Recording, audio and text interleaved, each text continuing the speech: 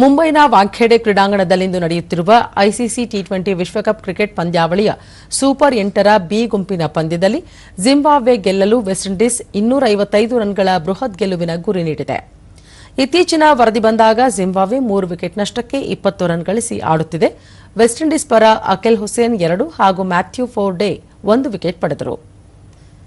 ಇದಕ್ಕೂ ಮುನ್ನ ಟಾಸ್ ಗೆದ್ದ ಜಿಂಬಾಬ್ವೆ ಫೀಲ್ಡಿಂಗ್ ಆಯ್ಕೆ ಮಾಡಿಕೊಂಡಿತು.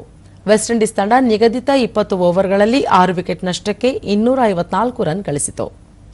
ಶಿಮ್ರಾನ್ ಹೆಟ್ಮೇರ್ 85 ಹಾಗೂ ರೋಮನ್ ಪೋವಲ್ 59 ರನ್ ಗಳಿಸಿ ಬೃಹತ್ ರನ್ ಗಳಿಸಲು ಅಡಿಪಾಯ ಹಾಕಿಕೊಟ್ಟರು. ಜಿಂಬಾಬ್ವೆ ಪರ ರಿಚರ್ಡ್ ಎನ್ ಗೌರವ್, ಬ್ಲೆಸಿಂಗ್ಸ್ ಮುಜುರ್ಬಾನಿ ತಲಾ 2 ವಿಕೆಟ್ ಹಾಗೂ ಬ್ರಾಡ್ ಇವಾನ್ಸ್ ಮತ್ತು ಗ್ರೀಮಿ ಕ್ರೀಮರ್ ತಲಾ 1 ವಿಕೆಟ್ ಪಡೆದರು.